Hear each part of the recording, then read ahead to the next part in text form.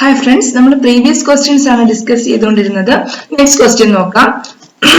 Water attack test is used for detection of type 1 glass, type 2 glass, type 3 glass, type NP glass.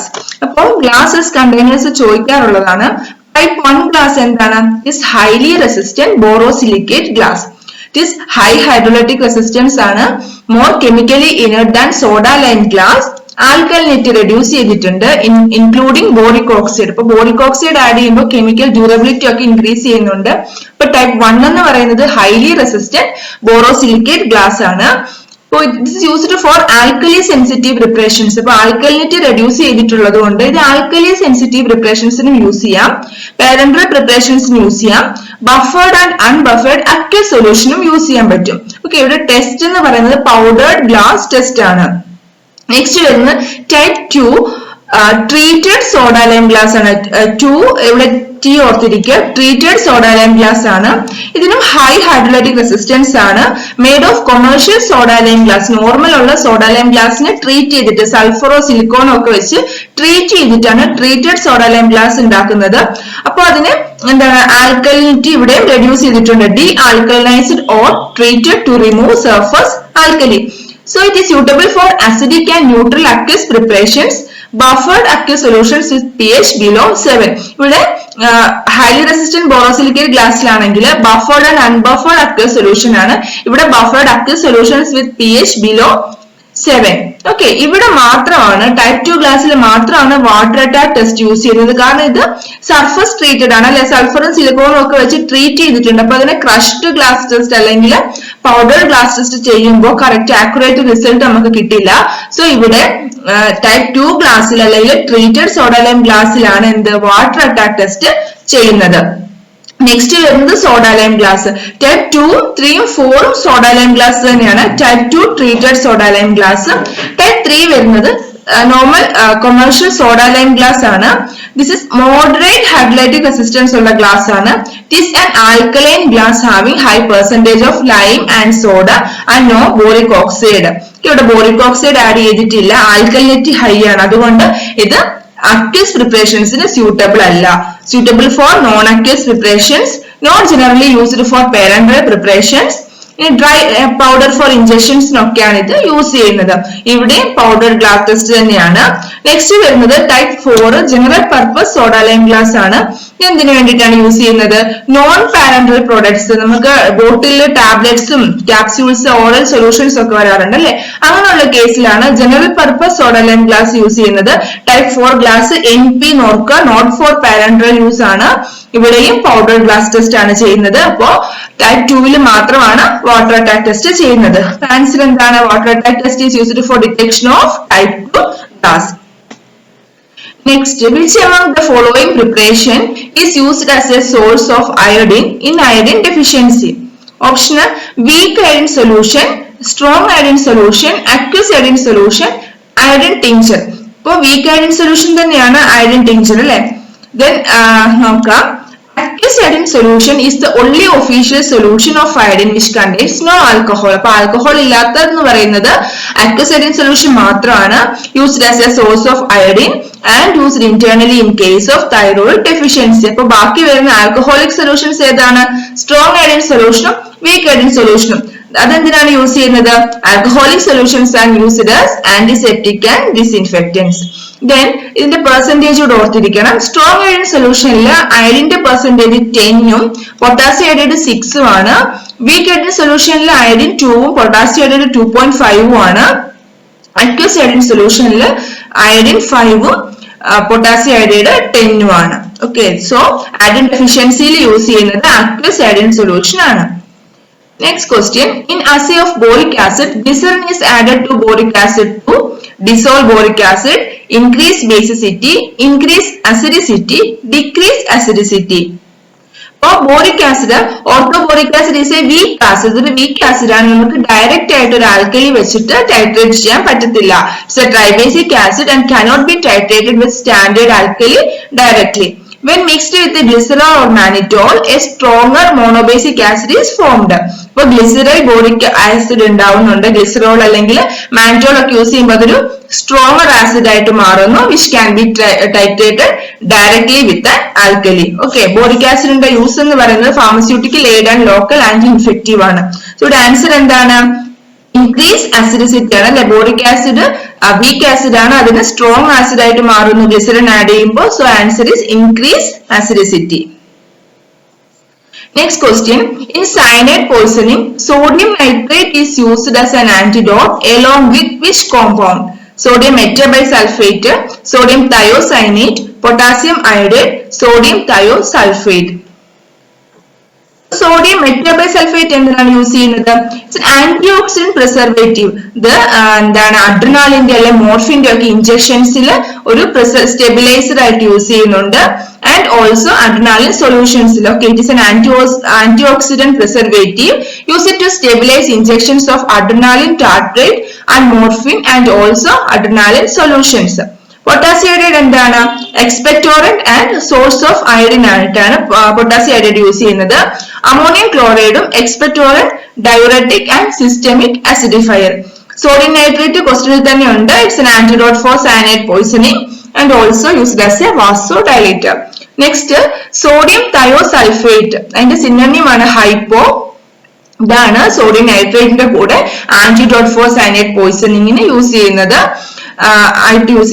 Then anti fungal agent ആണ്, കാത്തറ്റിക്കും ആണ്. അപ്പം anti fungal agent used cyanide poisoning എന്താണ്?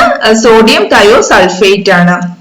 So antidote used in cyanide poisoning together with sodium nitrate എന്താണ്? Sodium thiosulfate ആണ്. Next, an antiseptic solution generally used for cleaning wounds and ears. Hydrogen peroxide solution, Lugol solution, ammonia solution, potassium permanganate solution. Hydrogen peroxide ആണ്. It's an antiseptic and topical anti-infective, especially used in cleaning wounds, particularly where pus is present. Then potassium permanganate or anti-infective ആണ്. Action due to liberation of oxygen which oxidizes the bacteria and kills them. Used as mouthwash and gargle. അപ്പോൾ ഇവിടെ answer hydrogen peroxide solution ആണ്. Next, drugs which help in eliminating exudations from bronchi are known as expectorants ആണ് അല്ലെ. emetics എന്താണ്? Any agent that produces nausea and vomiting are emetics. അപ്പോൾ emetics എന്തിനാണ്? പോയിസണിങ്ങിന്റെ ടോക്സിസിറ്റിയുടെ ഒക്കെ കേസിൽ വോമിറ്റിംഗ് ഇൻഡ്യൂസ് ചെയ്യാൻ വേണ്ടിയിട്ടാണ് emetics യൂസ് ചെയ്യുന്നത്. എക്സാമ്പിൾ ആണ് ആന്റിമണി പൊട്ടാസ്യം ടാർട്രേറ്റ്. അതിന്റെ സിനോണിം എന്താണ്? Tartar emetic. Then expectorants എങ്ങനെയാണ് ആക്ട് ചെയ്യുന്നത്? either by increasing the bronchial secretion or by making it less viscous. എക്സ്പെക്ടോറൻസിന് എക്സാമ്പിൾ ആണ് potassium iodide, ammonium chloride, antimony potassium tartrate. Then astringents എന്താണ്? ഇത് cells shrink ചെയ്യുന്നു. എങ്ങനെ? It shrinks cells by precipitating proteins from their surface. Use it to harden and protect the skin and to reduce bleeding from minor abrasions. ചെറിയ കട്ടിൽ നിന്നൊക്കെ bleeding reduce ചെയ്യാൻ വേണ്ടിയിട്ടാണ് ആസ്ട്രിഞ്ചൻസ് use ചെയ്യുന്നത്. അതിന് എക്സാമ്പിൾ ആണ് alum, zinc chloride, zinc sulphate. ഇപ്പൊ ആലത്തിന്റെ കുറച്ച് പ്രിപ്പറേഷൻസ് ആണ് സ്റ്റൈറ്റിക് പെൻസിൽ എന്ന് പറയുന്നത്. Alum precipitated tetanus toxoid and alum precipitated diphtheria toxoid. Then zinc chloride mouth വാഷസിലും സിങ്ക് ഇൻസുലിൻ പ്രിപ്പറേഷൻസിലും യൂസ് ചെയ്യുന്നുണ്ട്. സിങ്ക് സൾഫേറ്റ് ഒരു അസ്ട്രിഞ്ചന്റ് ആണ്, അത് എമെറ്റിക് ആയിട്ട് യൂസ് ചെയ്യുന്നുണ്ട്. ദെൻ കത്താറ്റിക്സ് എന്താണ്? Substances that accelerate defecation. saline cathartics ആണെങ്കിൽ നോട്ട് മച്ച് അബ്സോർബിംഗ് GI ട്രാക്റ്റിലോട്ട് അബ്സോർബ് ചെയ്യുന്നില്ല. then it exerts an osmotic effect leading to the retention of large quantity of water and consequently increases the bulk of intestinal contents. അങ്ങനെയാണത് evacuation of bowelsന് കാരണമാകുന്നത്. Example എന്തൊക്കെയാണ്? saline cathartics അല്ലെങ്കിൽ catharticsന് example ആണ് magnesium hydroxide, magnesium sulphate, magnesium carbonate, sodium phosphate. ഈ magnesium hydroxide ആന്റാസിഡും കൂടിയാണ്. മഗ്നീഷ്യം സൾഫേറ്റ് ആണ് എപ്സം സോൾട്ട്. അപ്പൊ മഗ്നീഷ്യം ഹൈഡ്രോക്സൈഡ് ആണോ സൾഫേറ്റ് ആണെന്ന് മാറിപ്പോകരുത്. ഓർത്തിരിക്കുക, മഗ്നീഷ്യം സൾഫേറ്റ് ആണ് എപ്സം സോൾട്ട് എന്ന് പറയുന്നത്. മഗ്നീഷ്യം കാർബണേറ്റും ആന്റാസിഡ് ആയിട്ട് യൂസ് ചെയ്യുന്നു. Sodium phosphate systemic acidifier and buffering agent ആയിട്ട് യൂസ് ചെയ്യുന്നു. So drugs which help in eliminating exudations from bronchi are known as expectorants. Next nutritional deficiency of calcium lead to deficiency ആയതുകൊണ്ട് hypocalcaemia ആണ്. Hyper കാൽഷ്യമീയ excess ആണ്. ഹൈപ്പോകാലീമിയ എന്താണ്? പൊട്ടാസ്യത്തിന്റെ ഡെഫിഷ്യൻസിയാണ്. Hyponatraemia സോഡിയത്തിന്റെ ഡെഫിഷ്യൻസിയാണ്. So hypocalcaemia ആണ് nutritional deficiency of calcium. Diagnostic agent used in myasthenia gravis. അപ്പൊ pralidoxime, നിയോസ്റ്റിക്മിൻ, ഫൈസോസ്റ്റിക്മിൻ, എഡ്രോഫോണിയം. പ്രാലിഡോക്സിം അല്ല, പ്രാലിഡോക്സിം auxin സാൻഡിക്കോളിനെസ്ട്രേസിന്റെ പോയിസണിങ്ങിന് use ചെയ്യുന്നതാണ്. നിയോസ്റ്റിക്മിൻ ട്രീറ്റ്മെന്റിന് use ചെയ്യുന്നു. ഫൈസോസ്റ്റിക്മിനും ട്രീറ്റ്മെന്റിന് use ചെയ്യാറില്ല. എഡ്രോഫോണിയം ആണ് ഡയഗ്നോസ്റ്റിക് ഏജന്റ്. ഓക്കെ, അപ്പോ മൈസീനിയ ഗ്രാവിസ് എന്താണ്? It's an auto immune disorder due to the development of antibodies directed to nicotinic receptor at the muscle end plate. ഇപ്പൊ ഇവിടെ ഫൈസോസ്റ്റിക്മിൻ ആണ് നിയോസ്റ്റിക്മിൻ ആണ് കൺഫ്യൂഷൻ വരരുത്. നിക്കോട്ടിനിക് റിസപ്റ്റർ എൻ ഓർക്കുക. So നിയോസ്റ്റിക്മിന് blood brain barrier cross ചെയ്യാത്തത് കൊണ്ട് neostigmine ആണ് കൊടുക്കുന്നത്. പിരിഡോസ്റ്റിക്മിനും കൊടുക്കുന്നുണ്ട്. കോർട്ടിക്കോസ്റ്റീറോയിഡ്സും യൂസ് ചെയ്യുന്നുണ്ട്. ഓക്കെ, രണ്ട് ടെസ്റ്റ് ഉണ്ട് മൈസീനിയ ഗ്രാവിസിന്റെ ഡയഗ്നോസിസിന് വേണ്ടിയിട്ട്. അമിലോറേറ്റീവ് ടെസ്റ്റ് എന്ന് പറയുന്നത് എന്താണ്? എഡ്രോഫോണിയം യൂസ് ചെയ്തിട്ടുള്ള ടെസ്റ്റ് ആണ്. അപ്പൊ എഡ്രോഫോണിയം കൊടുത്തു കഴിയുമ്പോൾ മസിൽ സ്ട്രെങ്ത് ഇംപ്രൂവ് ചെയ്യുന്നുണ്ടെങ്കിൽ അത് മൈസീനിയ ഗ്രാവിസ് ആണ്. Okay, provocative test using D tubocurarine. അപ്പൊ ഡി ട്യൂബർക്യുലാരിൻ കൊടുക്കുമ്പോൾ വീക്ക്നെസ് വേഴ്സൺ ചെയ്യുന്നുണ്ടെങ്കിലും മൈസീനിയ ഗ്രാവിസ് ആണ്. ഓക്കെ, അപ്പോ diagnostic agent used in myasthenia gravis is edrophonium. Next question, narcotic drugs and psychotropic substances order came in force in 1985 ആണ്. So pharmacy act ഏത് year ആണ്? 1948. AICTE act 1987. AICTE act came in force 1988 ആണ്. Drugs and cosmetics act 1940, rules 1945 ആണ്. Medicinal and toilet preparations act 1955ഉം rules 1956ഉം ആണ്. Drugs and magic remedies act 1954ഉം rules 1955 ആണ്. Then Factories Act 1948. Factories Act came in force in 1949.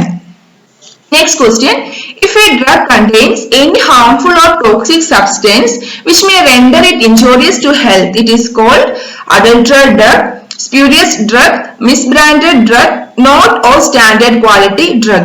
So misbranded drug endana? If it is so colored, coated, powdered or polished that damages is concealed, or if it is made to appear of better or greater therapeutic value than it really. അപ്പോ അത് coat ചെയ്യോ colour ചെയ്യോ powder ചെയ്യോ polish ചെയ്യോ ഒക്കെ ചെയ്തിട്ട് normally ഉള്ളൊരു ഡാമേജിനെ conceal ചെയ്ത് വെച്ചിരിക്കുകയാണ്, അല്ലെങ്കിൽ തെറാപ്യൂട്ടിക് വാല്യൂ ഉള്ളതിനെക്കാട്ടിലും ബെറ്റർ ആയിട്ട് കാണിച്ചിരിക്കുകയാണെങ്കിൽ, if it is not labeled in a prescribed manner label ചെയ്തിട്ടില്ലെങ്കിൽ അത് misbranded drug ആണ്.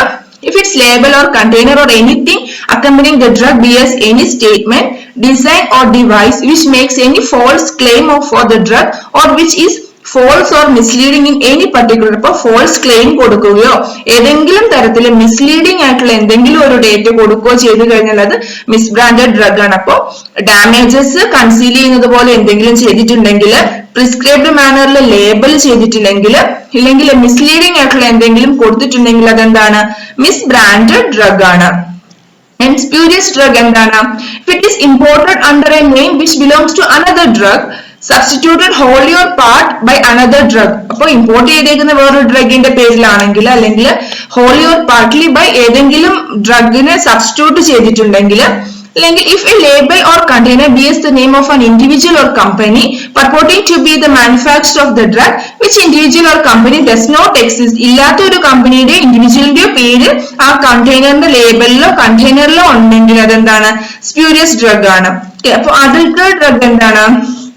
If it consists in a whole or part of any filthy or putrid or decomposed substance, or if it has been prepared, packed or stored under insanitary conditions whereby it may have been rendered injurious to health. Okay, appo injurious to health ന് injury problem വരുന്നത് പോലെ അത് pack ചെയ്യുവോ store ചെയ്യുവോ എന്തെങ്കിലും ചെയ്തിട്ടുണ്ടെങ്കിൽ അതെന്താണ്?